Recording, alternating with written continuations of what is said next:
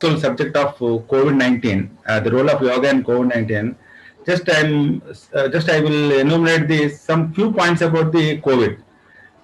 Because now most people with the COVID now they experience either mild symptoms or moderate symptoms. Approximately nearly 10 to 50% of the cases progresses to severe COVID, and out of 10 to 15, only 5% of the people they need some admission, and some people may need non-invasive ventilation or ventilator. The high end of the treatment some people may require. Most of the people they recover within 2 to 6 weeks, but some people their symptoms will linger for longer time. Longer time it varies from weeks to months. So following initial recovery, so that is the what we call it as the post-COVID syndrome now, because most of the people who recovered and who discharged from the hospital, they have mild symptoms and they have lingering of symptoms, and some patients may admit it second time also, third time also, for especially for respiratory complications.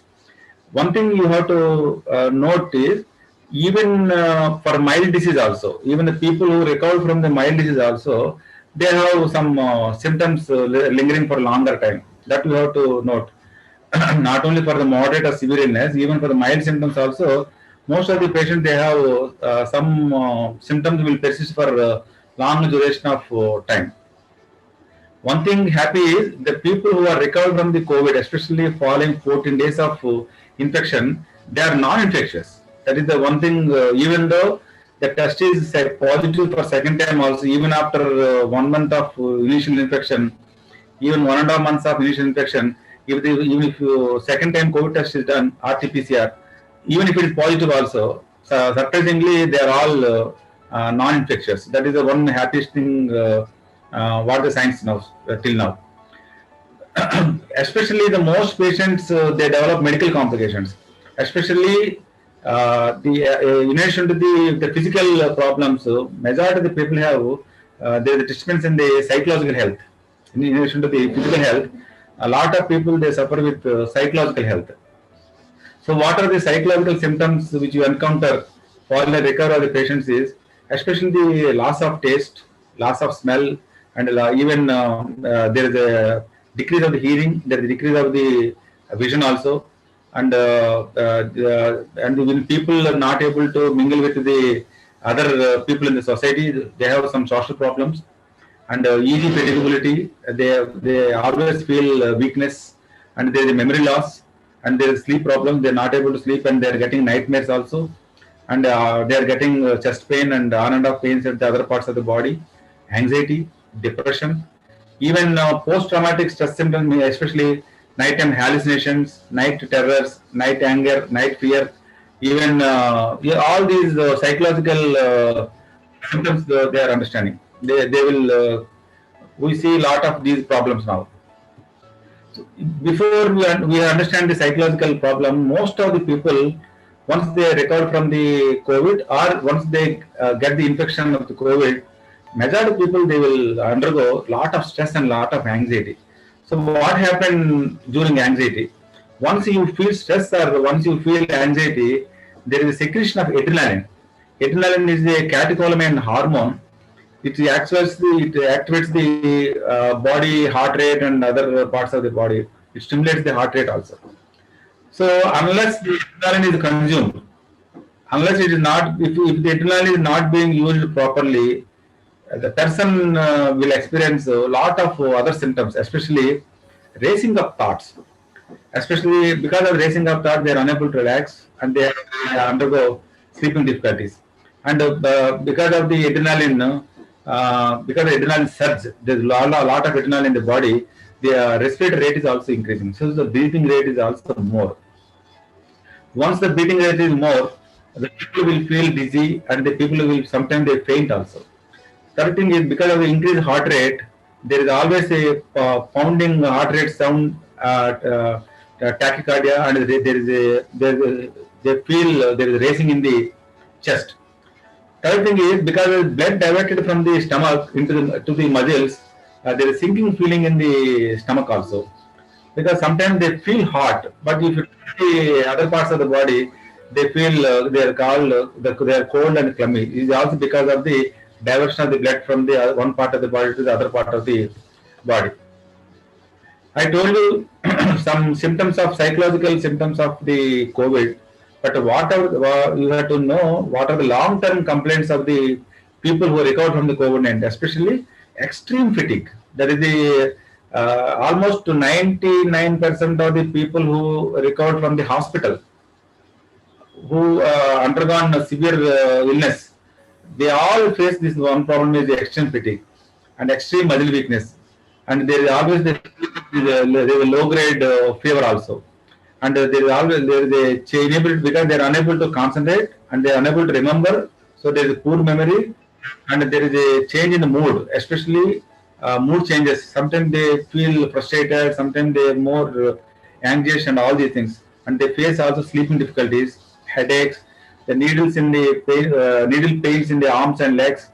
Sometimes the people present with diarrhea, vomiting, and sore throat, difficulty in swallowing, especially sometimes because most of the people before admitting into the COVID, they might have not noticed they have hypertension and diabetes mellitus. Because of the drugs and all these things, because of stress and anxiety, most of the new cases of diabetes mellitus and new cases of hypertension we are observing after the post COVID-19. Then second thing is skin rash, and there is a especially shortness of breath. I always feel some difficulty in breathing and palpitations and all the things. These are all the long-term complaints we are received from the patient who recovered from the COVID patients. So long-term sequelae. So once the patient recovered and there is a long-term sequelae, so there is permanent damage to the inner parts of the body. How it happens? Because no, the virus, what the COVID virus, the coronavirus, which enters into the body through three routes. The first is conjunctiva, second one is through nasal mucosa, third one is the buccal mucosa. So once the virus enters into the body, you just imagine this virus is like a key. It is always looking for the lock inside our body. The most of the proper locks, it is available in the respiratory system, gastrointestinal system, kidneys, heart, and the other vital parts of the body. These are all AC receptors, angiotensin converting enzyme receptors. We call it as for a better understanding, we call it lock. Virus is a key. Once the key enters into the proper lock, automatically it opens the cell. How we can open the lock? Cell opens. So once, because before entering into the body, the virus is inactive virus. It is simply killed by the 60% of the alcohol, simply killed by the simple washing of the hands. But that much very virulent virus, once it enters into the body, it integrates with our body genome, our cell DNA. So it is RNA. Once it integrates with the DNA, it is become more powerful. So millions virus will spread within hours and days. So once it enters, once the virus is load enters into the different parts of the body, the primary part of the body is the first lung. The second one is if it enters into the through mouth, it first primarily affects the gastrointestinal system. So they present with the different symptoms. So unless proved otherwise, during the pandemic, any symptom, you best you had to exclude the COVID also. Even the patient present with the simple vomiting, simple pain abdomen, or simple loose motions, you have to exclude COVID because of the COVID pandemic. So what are the long-term sequelae of the COVID? Because it affects the inner important vital parts of our body, especially if it affects the brain, there is a decline of our cognitive function, our cognitive ability, our memory function, all these will decline. So there is a high possibility of the Alzheimer's and early onset of dementia is observed in the post-COVID. It is also long-term sequel of the COVID. Second one is stroke. Sometimes the patient is present with hemiplegias, paraplegias. That is the one side of the body is not functioning. That is called sometimes patient with a stroke, and the lung primary.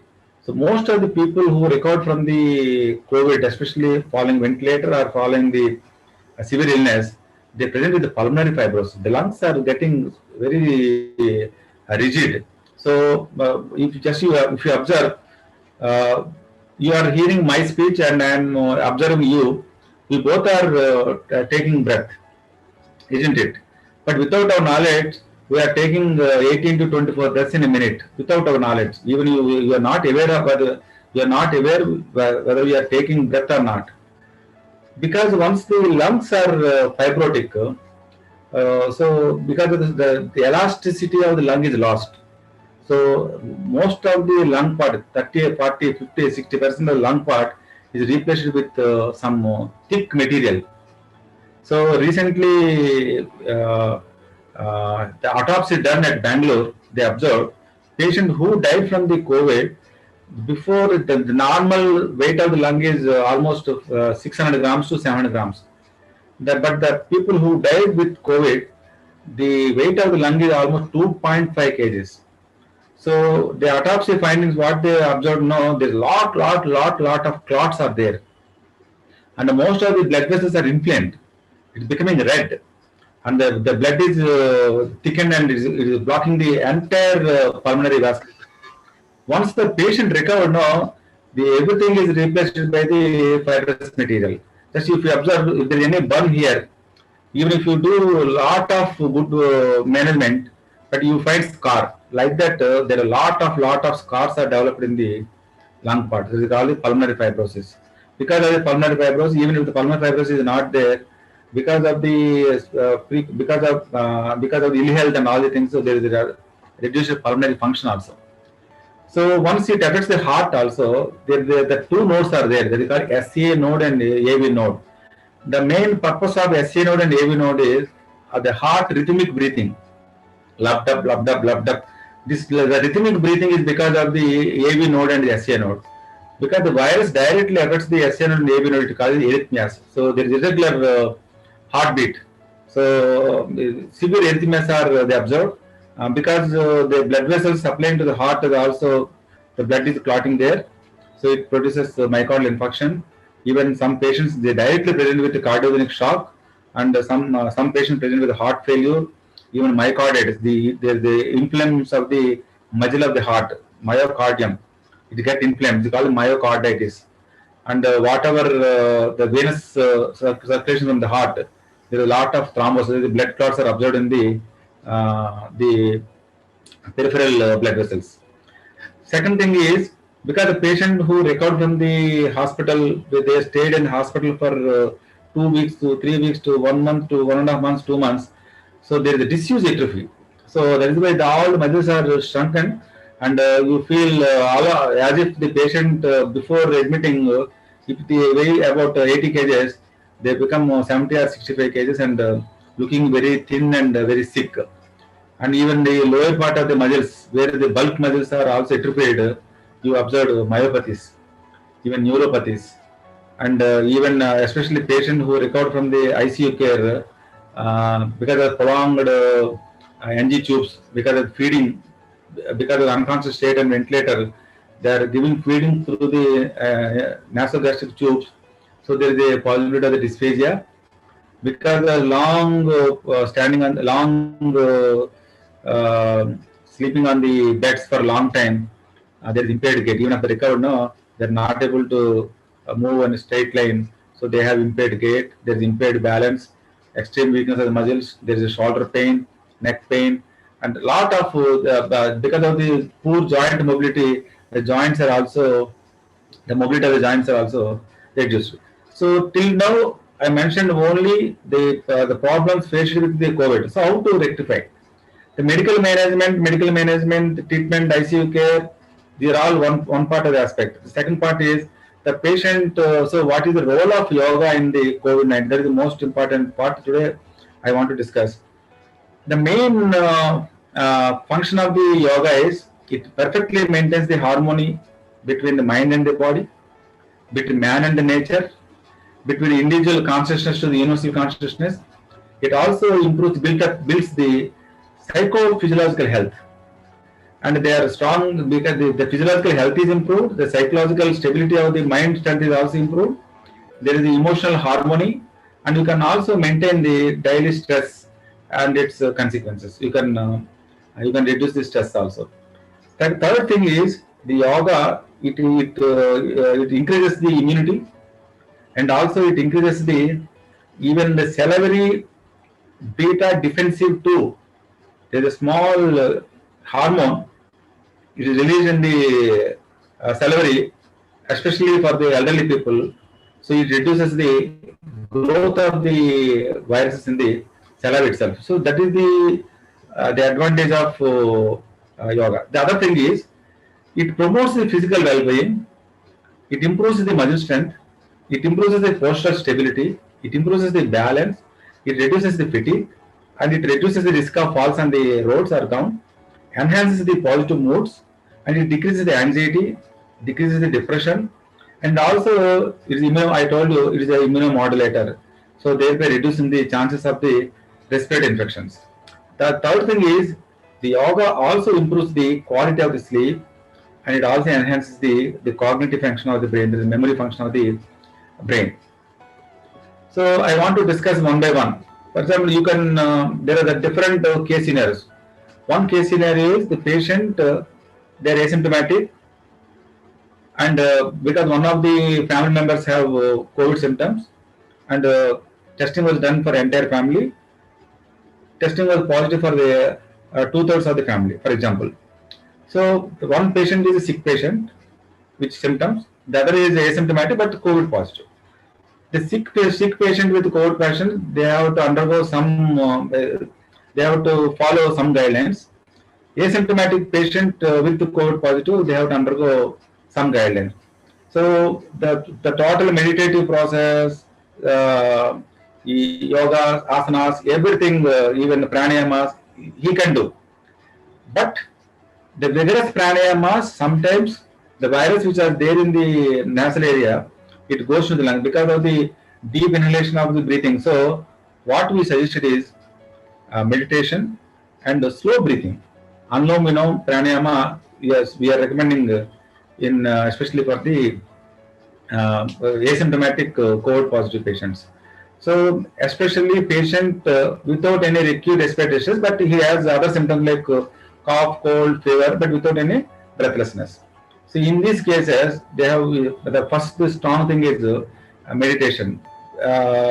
Without breath awareness, it should be repeated every 20 minutes for every 3 to 4 hours. If you start practicing deep relaxation of the body, why? Because once you start relaxing your body, the respiratory rate is also slowly coming down. So if you consider the brain of the if you consider the size of the brain for entire body, it occupies only 2% of the weight of the total body, but it consumes almost 20% of the energy. So especially during stress and anxiety and depression, all these things, the brain activity is more, and the more energy is required, and most of the energy is diverted to the brain in relation to other parts of the body. So that is why the patients will be more sicker, especially if they feel stress. So that is why we are recommending only deep relaxation of the body, so that there is slowing down of the breath rate, and automatically once the breath rate is coming down, automatically there is a mind will be slowly is calming down. So it should be done over a period of 20 minutes and should be recommended every 3 to 4 hours especially during the daytime. The second thing is, if you start controlling the breathing, you will experience the whatever you experience, especially shortness of breath, it will reduce. The fear is come down. The signs of bronchospasm, because during asthma, what happened? No, the entire lung will be spasmodic. So because of the COVID pneumonia, there is a bronchospasm. So because of the breath control, you can reduce the bronchospasm also. So once the mind is calming down, automatically the anxiety levels and the panic attacks will be slowly reduces. The other advantages of the breathing exercise is, especially for the post-COVID stress, it reduces the post-COVID stress. It improves the core muscle activity and core muscle stability. It improves your body's ability to tolerate intense exercises, which you are recommending after once the patient recovers from the COVID. It slows down your heart rate. It slows down your respiratory rate so that the most energy is conserved. the whatever energy is consumed is diverted to the other parts of the body, and the immunity will be improved if the energy is diverted to the for especially in the blood. Second thing is it also once you start relaxing now, it reduces the stress hormones, especially the cortisol levels are reduced, and it also especially the lung capacity will be gradually improves, and it also reduces the blood pressure also. So that is the advantages of breathing techniques and some meditation. We are also recommending some Shodhana Kriyas, especially Jalneti and Sutraneti. The one thing, the basic difference between the Jalneti, what we are practicing in SSY, we are using salt water for Jalneti, and that too we are doing for every once in month or once in 15 days. But if you want to, especially for healthcare personnel who are facing the direct patients, we are recommending Jalneti for a daily basis, especially for 2 times daily with the normal plain water rather than the salt water. If you do salt water frequently, it damages the sinuses. So the Jalneti and Sotraneti, it cleans the sinuses and it reduces the allergic conditions and also reduces the hyperactivity. Airway hyperactivity will also reduce. Second thing is Kapalbhati. Especially Kapalbhati, it improves the pulmonary function and it also reduces the pulmonary secretions. So most of the people with COVID, they have severe cough and they produce a lot of sputum. That itself spreads the virus to the other parts of the community. And also Kapalbhati, it also cleans the frontal sinuses. That's most important. Here it is the ethmoid sinus and maxillary sinuses that will be cleaned with the Jalneti and Sutraneti. Jalneti, your maxillary sinuses and ethmoid sinus will be clean. For Kapalbhati, you can clean the frontal sinuses. The second thing is, especially for the diaphragmatic breathing, what we are practicing deep breathing.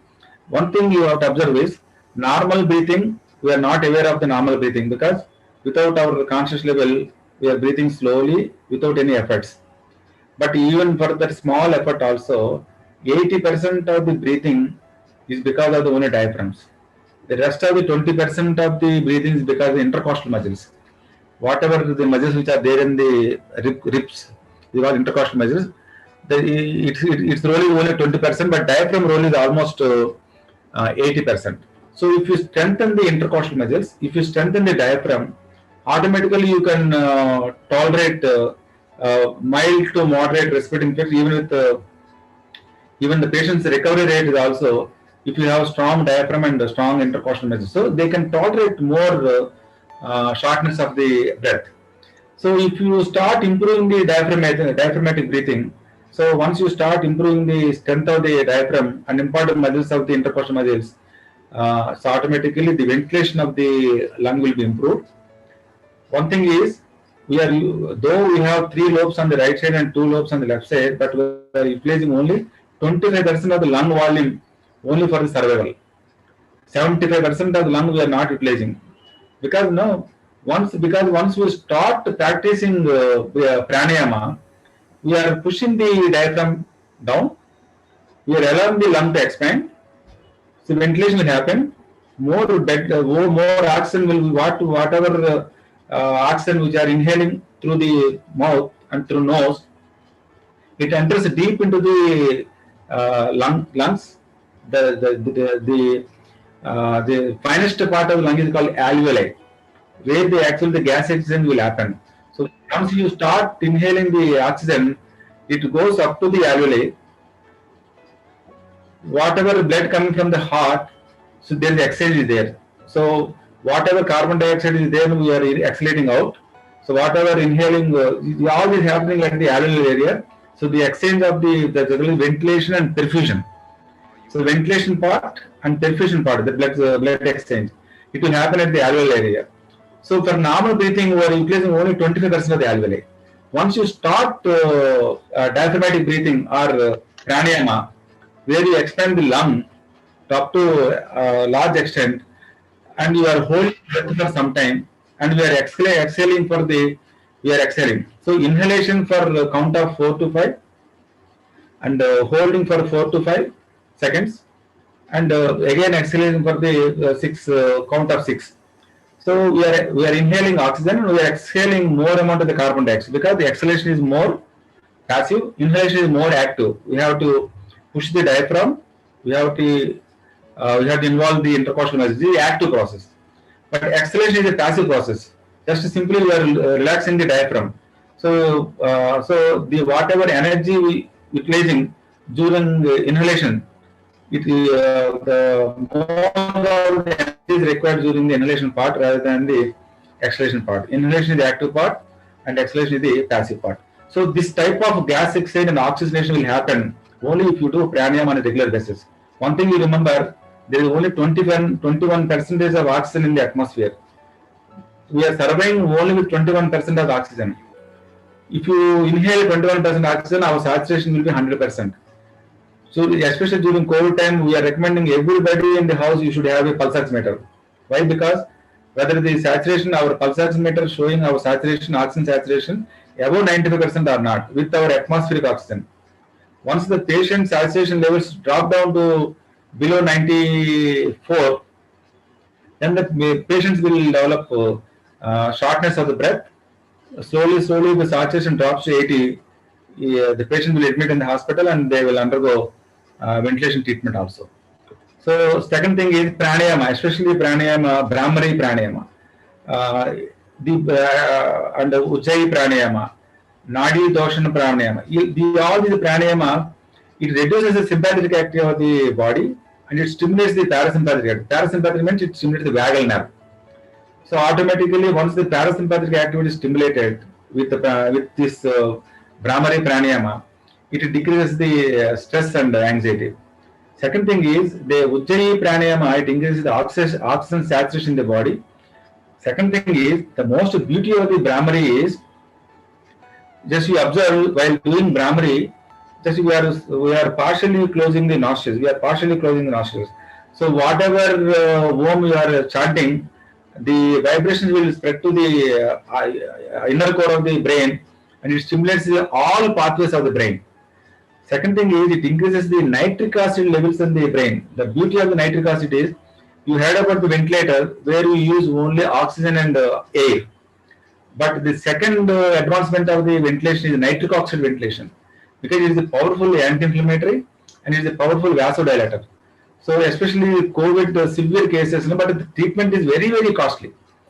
Nobody even we cannot afford to undergo nitric oxide ventilation because each cylinder costs for only for 1 hour it costs about 25,000 in Indian rupees.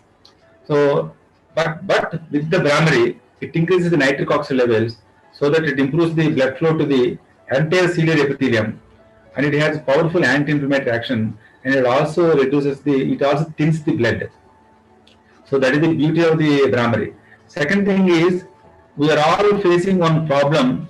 Though quality of the life, the quantity of the life is improved, but the quality of life has gradually is decreasing. Why? Because of the three things. One is we are not following the good dietary habits. We are not doing good quality exercises, and we are not sleeping for a quality sleep for 8 hours. Because these three, unless you follow these three things, it's very difficult to have a very good quality life. Third thing is yoga nidra, that we are routinely practicing once in a week or daily. You can do yoga nidra, especially for it also reduces the sympathetic activity and also reduces the emotional distress and it improves the quality of the life. And I mean quality of the sleep it improves. So once you get the quality of the sleep improved, naturally it regenerates your body and automatically you feel comfortable and the feel good hormones like endorphins and dopamine will start rising if you practice yoga nidra and if you practice pranayama and quality exercises and all these things. So meditation, though every human being, especially we are getting almost 60 to 64,000 thoughts in a day. Out of 64k thoughts, 95 to 98% of these thoughts are repeated daily. You might have noticed from the Gurujis, if you start practicing anything for 21 days or at least for 60 days, at least 21 days for maximum 60 days, it's becoming habit. So once if you start repeating 95 to 98 of thoughts daily, that too the previous day's thoughts, it's becoming habit. So that is why if you start meditating for at least for 11 minutes, the recommended is you can do at any length of time. But the current recommendation is at least for 11 minutes. If you start meditating proper meditation, you will have very good results and you will have very good outcome. What is the need of the meditation? Just human brain contains almost 100 billion neurons. 100 billion neurons. Each neuron has 1000 connections. Each connection on an average it fires 200 times per second. So altogether if you calculate, nearly 20,000 trillion transmissions per second will happen in our brain. Because of the social media and because of the lot of information of the, especially about the COVID, especially lot of misinformation, false information, lot of deaths. It all deaths in the family members, deaths among the friends, and so everywhere it is panic. No, it produces automatically normally without any other things. We are getting 60 to 64,000 thoughts now. It is double now because of the COVID pandemic. If any one family member is affected now, the affected person will have thought process. It doubles up to 1.2 lakh thoughts in a day. So lot of energy is diverted to the brain. So the immunity levels will be dropped down, and once the most of the energy is diverted to the brain now, it produces a lot of other complications. So the ultimate gist is the calm mind. Second important other scientific advantage of the meditation is the calm mind. It mobilizes the fatty acids. So once the fatty acids are mobilized on the body, so fat is the important source of energy. So once the fat is mobilized, no, the patient also will be more physically fit, and the body fat will be mobilized, and they are especially they will sustain a lot of metabolism in the body. Second thing is during meditation, automatically once the breathing rate and heart rate is also coming down, it reduces the anxiety and stress levels. Naturally, the cortisol levels are reduced. Second one is the brain, especially the neuroendocrine system of the brain is improved. So automatically the immune system of the entire body will be improved. So the ultimate aim of anybody is the proper good immunity is only success of the COVID. Successfully you can handle the COVID now. Second thing is the other advantages of the meditation and yoga practices. One thing you have to remember is yoga practice and meditation, they are all only the adjuvant therapies of the COVID-19 management, but it will not cure the COVID-19, and even anybody on earth can be affected with COVID viruses. We have to take our own precautions. That is the SMS. One thing is social distancing of 6 feet minimum. Second one is mask. It is only the present recommended. There is also social vaccine now. Mask is the only vaccine available now till the proper effective vaccine is available in the community. The third one is sanitization of our hands and the sanitization of the surroundings. So that is why it's called adjuvant therapy only, but it is not a complete curative therapy of the COVID-19. So that thing is one thing is most important. One important study they found that if you start doing 6 weeks of 20 minutes of daily mindful meditation, it has very good pro-inflammatory activity, and it reduces the thrombus formation in the brain also. Third other important study is if you do 90 minutes of yogic asanas, it increases the two important antimicrobial peptides, especially for the stimulation of the body immunity. Second thing is most of the people they die because of the cytokine storm, because of the dysregulation of our immune system. So, proper yoga under the guidance of gurus, if you do regularly, it down regulates the even cytokine receptor storm also. The one thing you have to learn is melatonin, because we are all very much habituated to the mobile phones and social media. We are keep on seeing our mobile phones for a longer duration of time. If you start using mobile phone for if you start listening mobile phone for 18 to 24 minutes per day, continuous 18 to 24 minutes in a day, it increases the thermal temperature of the brain around the our ear. The brain which is inside of the ear, it is getting heated. The glucose levels of that particular area is improves because of the heat generated there. So there is discrepancy of the glucose levels in the other parts of the brain, and there is a high amount of the glucose in the area.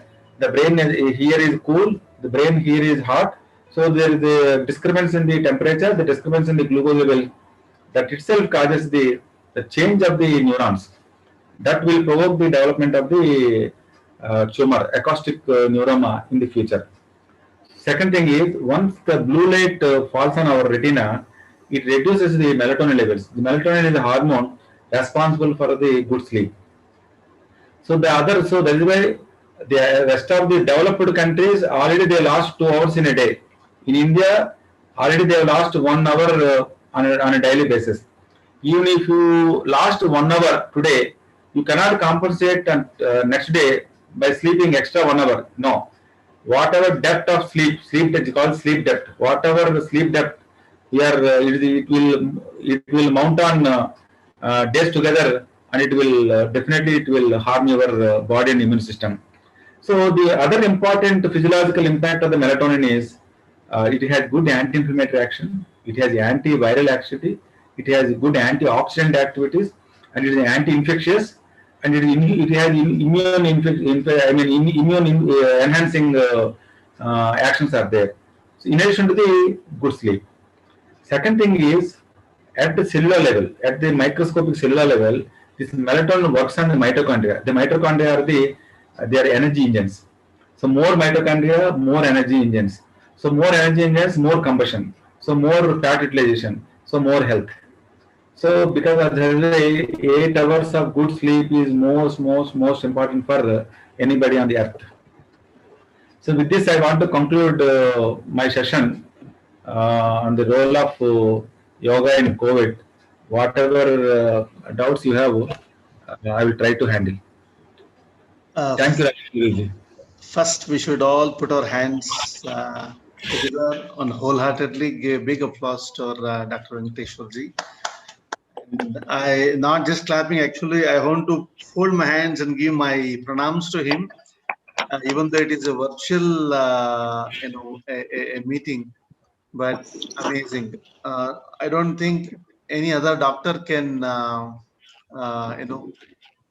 give such a beautiful insight from the space of spirituality and the space of yogic connectivity and to the medical practitioners. How many of you watched that today's doctor talk has inspired you, right? And such Very a much, down to Guruji, earth, very much. yes, such a down to earth and very tight to the topic. And before we take the questions, we have another 3-4 minutes to go. And anybody has a question can raise your hand.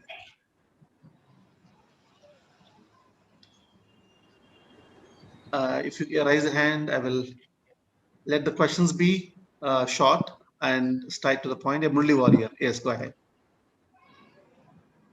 Meditation, you can have 30 minutes. Generally, we do 15 minutes. Is there any limit, like if, 30 minutes, 45 minutes? Yeah. That we will share. You can ask medical point of it from doctor. Yeah.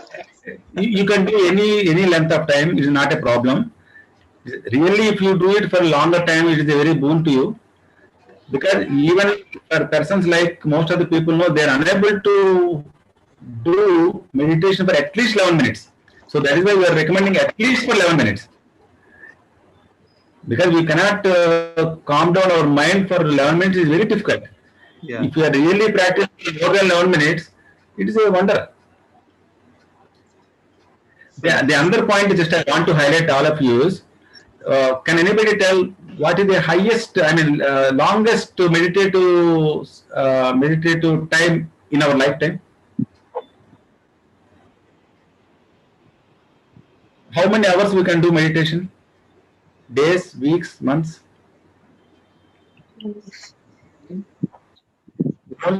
Only fetus in the newborn, only fetus in the womb, they meditate for 9 months. That is the beauty of meditation in fetal arena. Second thing is, you cannot hold any posture for a long time. Just imagine. But the baby will hold posture, especially universal flexion.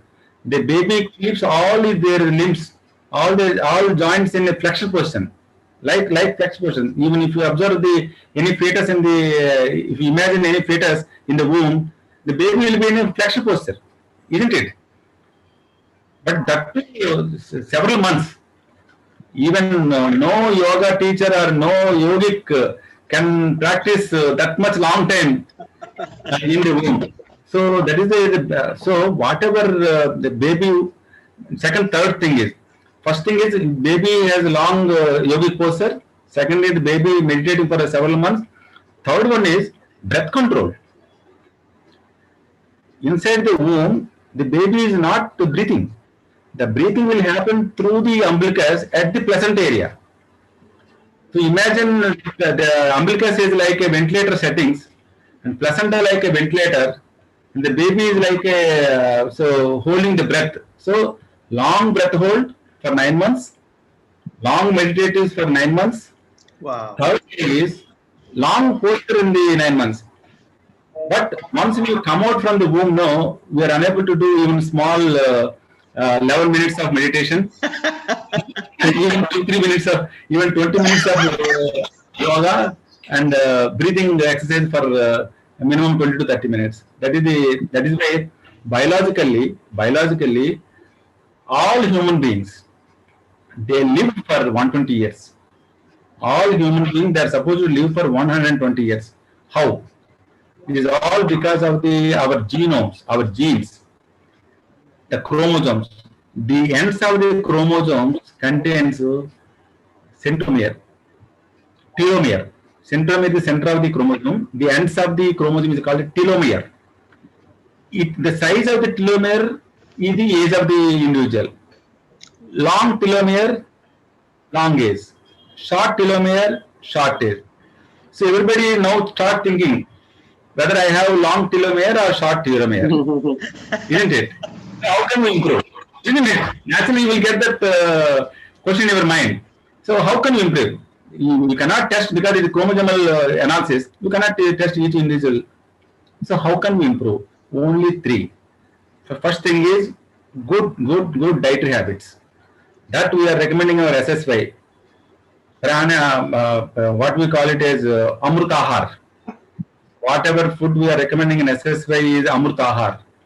That food should be consumed between morning 7 a.m. to 7 p.m. and any circumstances better not to take food after 7 p.m. in our daily life. Once you give rest to our body from night 7 p.m. to morning 7 a.m., it automatically one mechanism is started in the body. It is called autophagy. Autophagy means whatever cells which are damaged, it should be replaced by same replica cells. If there is 1% of damage of the cells, there should be 1% replacement of the cells should be there. If there is imbalance of the death and recovery, naturally you will get cancer and you will get aging. So if you maintain the balance, how can you maintain? If you start taking good quality food, allow your body to recovery. Because even most of the times our lifestyle, naturally we are taking dinner at 9 o'clock, 10 o'clock or 11 o'clock. So late dinners, automatically whatever food we are taking after digestive process is not up to the mark. Naturally our mind will send signals. Let whatever food we are consuming after 7 p.m. keep it in store. How it will store? In the form of fat. So that is why even I will challenge each and everybody, especially for Asian Indians, everybody will have stomach, paunch. Everybody will have. This is only because of thrift genes. We call it thrift genes. The meaning of thrift genes is our ancestors, 10,000 years, 1 lakh years, 1 lakh years, they faced a lot of famine and starvation, all these things. Naturally, if you don't get any water for 1 or 2 days, what will you do? You will store it for you will store water in our house. Like that, if the body sends signals like starvation, naturally whatever food we are consuming, it will be stored in the form of fat. That fat will be stored in the stomach in the males, and stomach and waste for the females. So that these are expressed. So that is why our Asians, we have small paunch. Even if you do whatever exercise you do, you will have some that paunch. So you should accept it that everybody will have some small paunch, small stomach. It is not a big issue for anybody. Big issue for anybody. Very nice. Thank you. The second thing is proper exercise. This I want to highlight everybody is yoga is not exercise. That everybody should learn. Yoga is not exercise. Everybody thinks that yoga is a form of lifestyle only. Yoga, Ashtanga yoga. Out of Ashtanga 8 wings of yoga, yoga is only one part. Asanas is only one part. Everybody thinks that yoga means direct proportional to asanas. You have to handle all the other 7 nangas, and unless you holistically see entire 8, at least minimum 5. If you start practicing the first 5, that will give very good results. The third one is good sleep. If you practice these 3, automatically the telomere size will improve. Your aging will improve. So even people who live for 80, 85 years, my point of view is the premature death. Because we are supposed to live up to 120 years. Even person living for 90 years, we are clapping them, oh, 90 years. But still, they are behind 30 years. They are all premature deaths. So second thing is laughing. I always admire Rajesh Guruji. Every time he laughs, no. For average human being, they laugh less than 15 times in a day. Average human being, they laugh less than 15 times in a day. Average newborn babies laugh for 500 times in a day. Ooh, wow. 500 times in a day, newborn baby will laugh. Children will laugh. Only we laugh 15 times. That too, there is no emotion attached to that laugh. We have some emotion, isn't it? So the dopamine and endorphin improve. So laugh forever. That is my sincere advice that in every satsang people will have. The other important, if you have time, no, just I want to take 3 minutes of time because my OP already waiting there. Yeah. Go ahead. Especially, what is the need of satsang? Why we are meeting?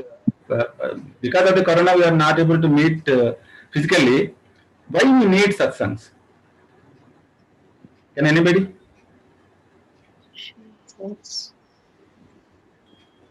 Okay. To provide. Though we call it. Tell me, Krishna Sastri. Krishnamurthy Garu. Okay. It puts you into a particular direction where everyone focuses towards what is good for ourselves, both physically, psychologically, and mentally. That's the direction. It puts us in a proper direction. And as you were mentioning, when something is followed on a regular basis, it becomes a practice. Practice makes us to follow something, and that's exactly what I feel it's satsang is for. Yes. But you are right. But just I want to explain the science behind satsang. Once you understand now, because everybody knows satsang will have benefits. Because if the entire satsang have bad people, what will happen? Isn't it? So that is why the science behind satsang is, though we call it a human being, We are only 10% human. Just you understand, each and everybody. We are only 10% human. Our entire body chromosome is equivalent to one chromosomes of one earthworm. Whatever content of the chromosomes of the earthworm is equivalent to our human being. That is why called we are only 10% human. 90% because of the bacteria. 90% because of the bacteria. That bacteria is called microbiota. That will be there in our intestines. If the bacteria is good, you will feel good. If the bacteria mode is bad, you will feel bad because their dominance is more. Even our blood group is determined by the bacteria only. Your immunity is determined by the bacteria only. So all of us should understand. We should respect whom? We should respect the bacteria, isn't it? Yeah. So good. Just I am telling the equation. Good people have good bacteria. Naturally, if everybody in the satsangam, everybody is emotionally strong and emotionally good and everybody is happy, naturally bacteria will be happy.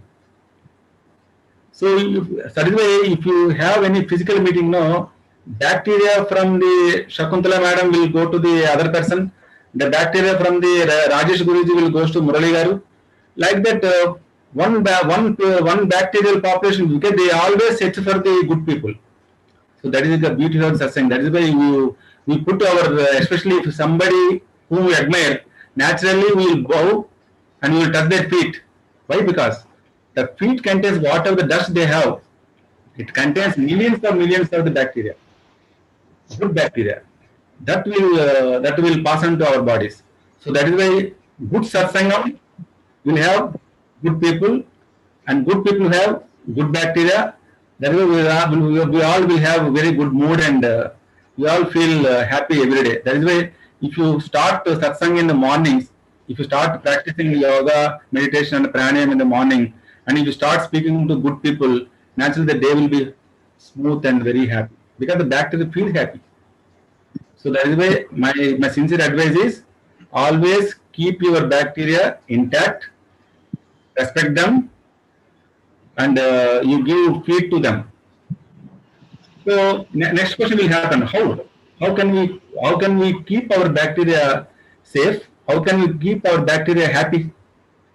Naturally, you will have that question in your mind. Shall I tell the answer? I think you can keep it for next program. Okay, that's the last thing. I want to keep them. It's nice talking to all of you. No. Please go ahead. I was just if you want to conclude, you can please. Yeah, Dr. Venkateshwar, please. మీది mute అయింది. Sorry, Dr. Garu. Okay. So naturally, whatever the three things which I already mentioned: proper exercise, good sleep, and a good dietary habits. So everybody is talking about the good dietary habits. So what is meant by good dietary habits? That we will discuss in the future. Because it is also almost half an hour to 1 hour topic. That we will, in case if there is any time is available, then future we will discuss. So good. The second thing is always avoid. Only one sentence I will tell. Always avoid polished, high caloric, non-nutritive food items like junk foods, fast foods. Always take amrutahar. If you start following these things, automatically the good bacteria will grow. Second thing is avoid antibiotics. Third thing is always try to avoid cesarean deliveries. Normal deliveries, the baby will pass through the normal vaginal delivery. The baby will come out with natural kavachakundlas. The entire body is covered with the vaginal flora. It is a protective like karna kavachakundlas. How it protects from the birth. It has that much layer of microbiota on the surface of the skin. So that is why encourage natural normal vaginal deliveries. Encourage breastfeeding for at least for 6 months. The fourth thing is introduce ghee. The important role of ghee now comes, especially cow ghee, because the cow ghee is a short chain fatty acids. Short chain fatty acids, the important of other important function of the short chain fatty acids is it reduces the glycemic index of the food. Glycemic index means once you consume food now, it increases the glucose levels. So the some foods which increases the glucose level high level, some moderate, some very mild. So if you start consuming with ghee, 1 or 2 spoons daily, it naturally the short chain fatty acids will increase. It increases the gut flora. It improves the gut flora. So natural bacteria will improve. So these are all shortly. I am telling only 5 points, but there are a lot to discuss. Let's put our hands once again for Dr. Venkateshwarji. And who are the most luckiest people in today's satsang? Obviously, those who presented, we all feel very lucky to be in this 1 hour session with Dr. G, isn't it? But above that, I feel all the patients who come to see Dr. Venkateshwarji will be the most happiest, lucky, chosen by God to send him. How many of you agree?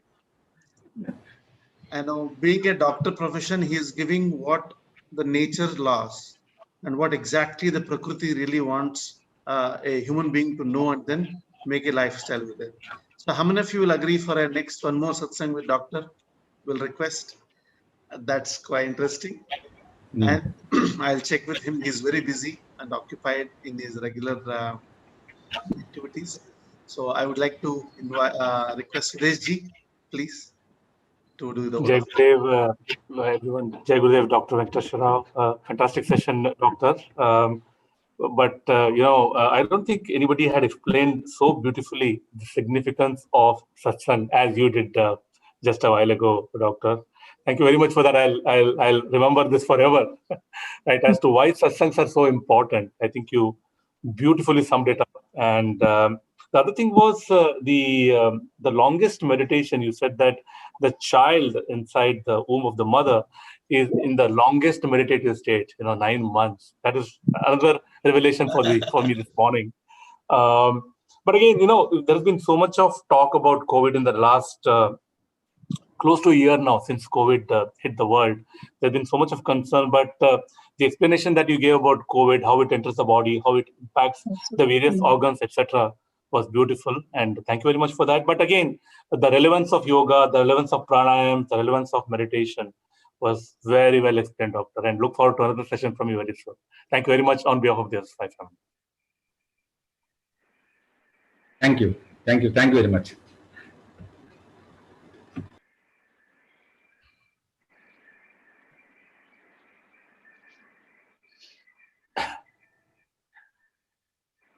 Rajesh Guruji, your voice is not heard. Can you hear me now, please? Yeah. Sorry. Okay. All our volunteers are curiously waiting for another session with you. How many of you raise your hands for this? Interesting. I'll check with the doctor and I'll speak to him personally, and then we'll take another date and then we'll enlighten. And this is the beauty. When a guru tells you to directly meditate and eat raw food, people don't listen. When doctor like Venkateshwarji speaks and says with all the signs, now people already started removing the junk from home and started to plan what is the best for the day with it. And he has got a lot of input on, doctor has a lot of input on another lifestyle management topic. We'll definitely request him to enlighten. And only today, only 40 people could join. I feel really pity for those who missed today, and they should have really participated. Maximum they will be doing is touching the blanket and then sleeping under the blanket for another 1 hour extra. But they lost a valuable message for the entire life. And once again, thanks to all the volunteers for being in the journey. And we'll be doing the conclusion now. You can all close your eyes.